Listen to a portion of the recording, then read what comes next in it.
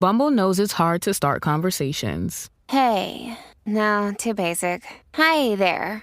Still no. What about hello, handsome? Ugh, who knew you could give yourself the ick? That's why Bumble is changing how you start conversations. You can now make the first move or not. With opening moves, you simply choose a question to be automatically sent to your matches. Then sit back and let your matches start the chat. Download Bumble and try it for yourself. Want to shop Walmart Black Friday deals first? Walmart Plus members get early access to our hottest deals. Join now and get 50% off a 1-year annual membership. Shop Black Friday deals first with Walmart Plus. See terms at walmartplus.com. This is Optimal Living Daily. Declutter your mind and decrease stress in 3 easy steps by Cara Harvey of apurposedrivenmom.com. And I'm Justin Malik. Happy Sunday. Welcome to the OLD podcast. That's the OLD podcast, Optimal Living Daily, where I simply read to you every day of the week, including holidays. For now, let's get right to today's post as we optimize your life. Declutter your mind and decrease stress in 3 easy steps by Cara Harvey of apurposedrivenmom.com. I once heard that a woman's mind is similar to an internet browser being open with a million tabs. That sounds exactly what my head is like. I'm constantly running through a mental to-do list, groceries, tasks, things I need to do months from now, things I've already forgotten to do. Honestly, it's exhausting just thinking about all that I think about. Add to all those lists the fact that my mind is constantly spinning around thoughts, feelings, emotions, and these dang postpartum hormones, it's enough to go crazy. I find myself often feeling stressed, inadequate, and lost in what I am supposed to be doing because my brain is overflowing with information and noise. When I feel my anxiety starting to grow, I'm reminded to take a step back and evaluate just what exactly is going on in my head. Which types of thoughts are consuming me? Am I fixated on something? How positive do I feel on a daily basis? And when I realize that my brain is just too full, it's time to do a clean out of my mind. 3 ways to clean out your mind. Number 1, brain dump. One of the ways I've been able to cope with my postpartum anxiety better is by doing a nightly and weekly brain dump of tasks. Often my anxiety leaves me with racing thoughts that leave me feeling behind and like I am a failure because I can't get things done like I should be. Getting all of my thoughts down on paper allows me to free up the space for more positive thoughts and a sharp focus on what's important. I use a really simple template that follows the Franklin Covey method of organization that not only allows me to dump out all of the tasks that I need to get done, but helps me prioritize them so that the next day I can actually attack the things that matter, not just the things that other people need me to do or that I think are priorities, but are really just procrastination techniques.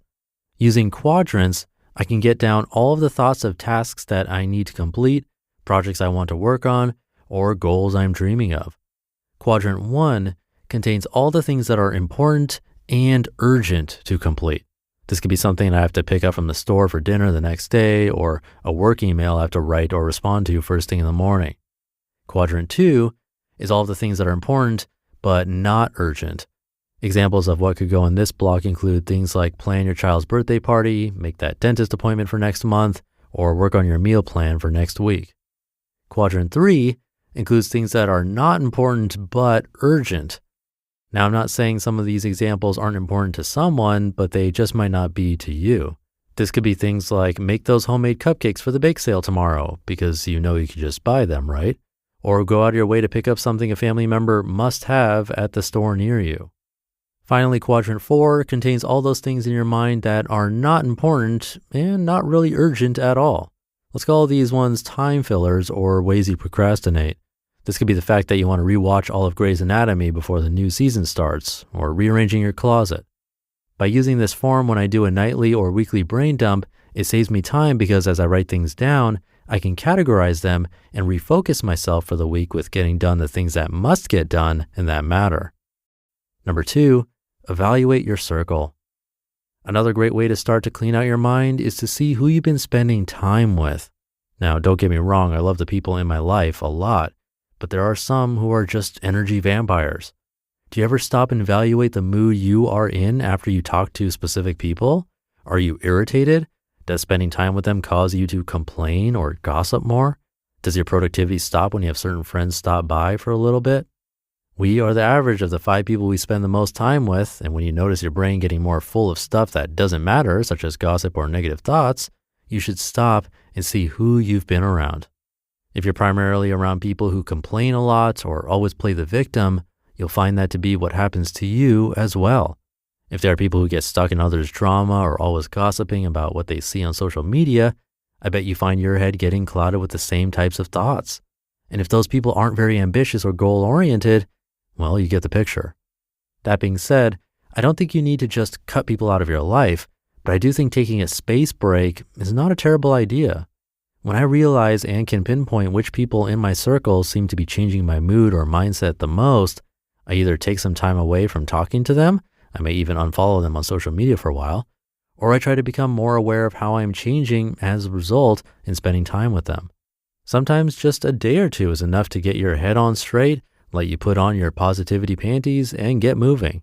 Other times you may need to do a long-term reevaluation of the role that person plays in your life and how you see the relationship continuing. Number 3, add in some positivity. Once you've emptied your mind of the clutter and negative influences, it's time to add in some positivity. I firmly believe that your thoughts become your belief system, and when you're able to put in as much positivity as possible into your brain, all those negative thoughts don't stand a fighting chance. I am a huge believer in getting in at least 10 minutes a day of personal growth or development. This can be reading a book, listening to a podcast, or hearing someone read an audiobook. You can pick and choose what types of things you want to hear and need at the moment and dive in. Another great way to add more positivity into your mind is to add in some positive affirmations. I've been doing this for a few months now, and it really has done wonders to change my mindset. I read one a day and repeat as needed. I have affirmations now in my planner, on my fridge, and as a lock screen on my phone. Anytime your brain needs a break, you feel overwhelmed and the stress of the day-to-day is cluttering your thoughts, I highly recommend taking a deep breath, putting on some music to help you relax, and taking some time to clear your mind and prime it for positivity. It's worth it to take the time to slow down to speed up and take care of you. You just listened to the post titled Declutter Your Mind and Decrease Stress in 3 Easy Steps by Cara Harvey of apurposedrivenmom.com. And I'll be right back with my commentary. Good taste is easy to spot, but hard to pin down. You know it when you see it.